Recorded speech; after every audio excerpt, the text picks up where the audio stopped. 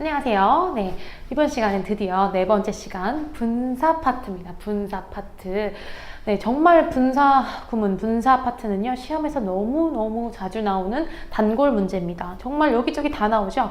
사실 분사 구문은 앞에 배운 능동수동과 큰 관련이 있습니다. 그런데 따로 배운 이유는 분사와 분사 구문만에 따로 갖고 있는 특징이 있기 때문에 따로 뺀 거고요.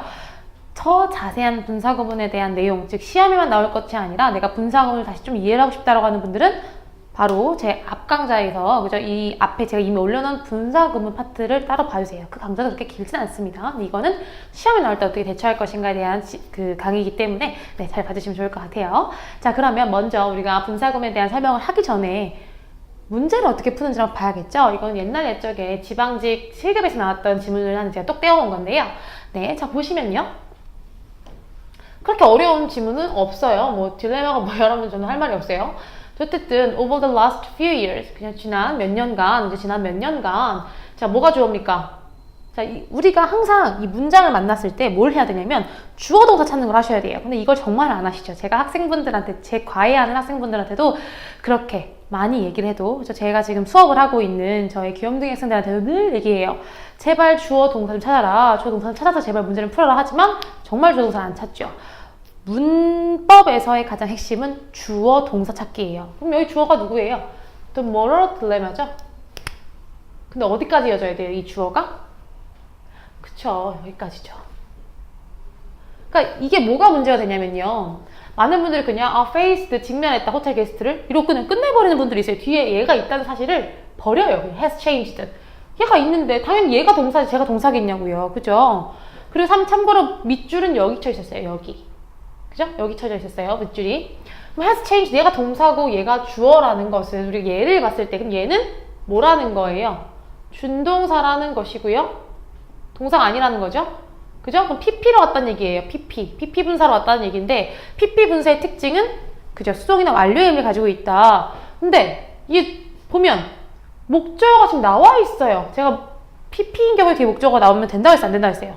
안 되죠. 근데 이제 또 이거 무슨 문제가 있냐면 이걸 많이 또 헷갈려하세요. 그러면은요 used car 얘는 이거 목적어 아니에요? 이렇게 귀염둥이 같은 질문을 하시는데 얘는요 얘를 목적으로 받은 게 아니고 꾸며주고 있는 거예요. 사용된 차. 그럼 얘는요 얘도 그거 아니에요? 직면된 호텔 게스트들?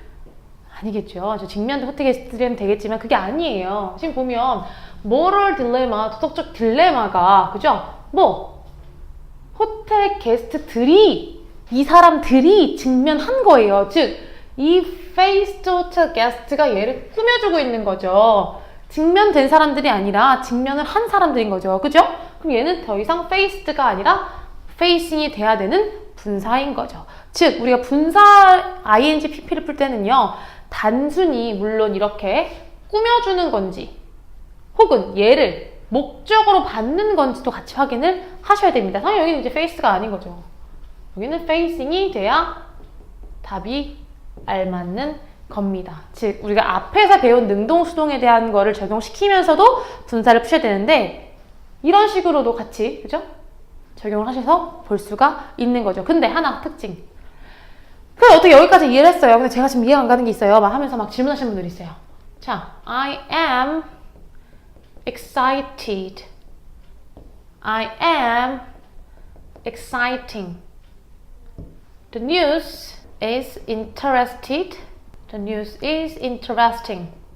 저는 이게 잘 구분이 안 가더라고요. 하면서 물론 이것도 능동수동처럼 볼 수는 있긴 하나 감정형용사라고 부릅니다. 이런 것들은 exciting, excited, bored, boring 이런 것들은요. 자, 얘네 정리할 때는요. 감정형용사는 그러면 이런 감정형용사 같은 거 봤을 때 만나게 됐을 때 우리가 무슨 생각을 하냐면 신나는 거 내가 신나는데? 능동 아니야? 이런 분들이 있어요. 감정형용사인 경우에는요.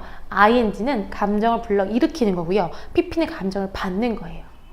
그러니까 감정형용사가 뭔데요? 라고 하시면 사실 할 말이 없는데 진짜 느끼는 거 말하는 거예요. 신난다, 짜증난다, 뭐 놀랍다 이런 것도 있잖아요. 그래서 내가 감정을 줘. 그러면 뉴스 같은 감정을 주는 애겠어요? 받는 애겠어요? 당연히 주는 애죠? 얘는 무조건 interesting만 되는 거예요.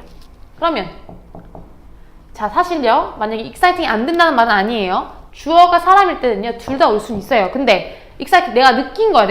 나 너무 신나. 그럼 얘예요. 내가 신남을 주는 사람이라면, 그죠? She is exciting. 걔 진짜 엄청 즐거움을 주는 아이구나 라고 할 때는 exciting이 뒤에 올 수는 있는 거죠. 감정형용사를 바라볼 때는 이런 식으로 바라봐서 문제를 풀어줘야 하는 겁니다. 아셨죠? 사실 이 분사 파트보다는 더 중요한 게 바로 뭐냐면 분사 구문이에요. 분사 구문. 자, 분사 구문을 문제 풀 때는 뭘 먼저 기억하셔야 되냐면 첫 번째, 생략되는 것이 무엇인가. 생략되는 게 무언가를 우리가 생각을 해야 됩니다. 자, 분사구문을 생략될 수 있는 건 여러 가지가 있죠. 첫 번째, 그죠? 접속사 생략 가능해요. 하지만 접속사는 살릴 수 있다고 앞 시간에 얘기했었죠. 접속사는 그대로 쓸 수가 있어요. 그 다음에 두 번째, 주어가 같을 때입니다. 같으면 주어 생략 가능하죠. 여기서 문제가 제일 많이 나와요. 여기서. 이게 핵심입니다. 분사구문에서는 내가 꼭 하나를 기억해야 된다? 예요. 주어 같으면 주어가 생략된다. 그 말은 주어가 다르면 생략되지 않는다는 거죠. 이게 가장 많이 나올 수 있는 함정이에요. 그죠? 세 번째, being이나 having been이 생략이 가능하죠. 그죠? 이런 애들 생략이 가능해요. 그래서 얘네를 생략함으로써 남을 수 있는 게 뒤에 ing가 남을 수도 있는 거고요. pp가 남을 수도 있겠죠. 그죠? 이런 애들이 뒤에 남아가지고 얘인지 구별하는 방법은 주어를 가지고 우리는 알아볼 수 있는 거죠. 주어가 동사이면 ing가 올 거고요. 주어를 동사이면 pp가 오겠죠. 이해되세요? 그래서 문제가 어떤 식으로 나오냐면 예를 들어 이런 거죠. 진짜 쉽게 뭐 이런 문제가 있다고 할게요. Being sunny, I want to go out. 이게 맞냐 안 맞냐 물어볼 수 있단 말이에요. 맞겠어요? 주어가 없다는 얘기는 주어 같다는 얘기예요. 나는 sunny예요. 아니겠죠? 여기는 뭐가 들어갈 자리예요? it이 들어가야 된다는 거죠. 이렇게 주어가 생략이 되면 안 되는데 생략하는 경우 혹은 자 보면 자 이렇게 문제를 풀 수 있겠죠. pp냐 ing냐. 자 그럼 일단은 여기 앞에 뭐가 생략된 거냐면 being이에요. being이 생략됐을 거고요. 당연히. 그리고 주어 없죠? 주어 생략된 거예요. 그러면 내가 벌을 받겠어요? 나를 벌하겠어요? 내가 벌을 받는 나를 벌을 하겠죠. 그러니까 여기는 punished가 올 수가 있는 거죠. 항상 주어를 살려서 보세요. 무슨 말인지 아시겠죠? 주어가 뒤에 있고 없어진 경우에는 항상 주어를 살리기. 그리고 또 하나 제가 앞에서 얘기했던 거. 접속사가 앞에 나올 수 있다 없다? 여기에서요. 여기 punished가 오고 앞에 이렇게 그냥 as가 올 수도 있어요. 어머 접속사가 나왔는데 주어가 없다. 이거 문제 틀렸다. 이러시면 안 된다는 겁니다. 이해되세요? as가 오고 만약에 pp나 ing가 왔다. 그러면 이거 무슨 말? 분사 구문이 나왔다는 말. 이해되세요? 우리가 분사 구문 파트를 접근할 때는 항상 앞에서 이미 배웠던 능동수동 같이 생각하셔야 되고요. 그 다음으로는 이거.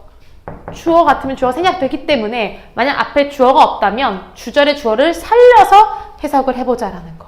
분사 구문은 이것만 기억하셔도 틀리지 않습니다. 아셨죠? 자, 이번 시간은 여기까지 하도록 할 거고요. 우리 다음 시간에는 또 어떤 문법을 제가 가지고 올지 기대를 하시면서 다음 시간 5강에서 만나도록 하겠습니다. 네, 감사합니다. 들어주셔서 끝까지.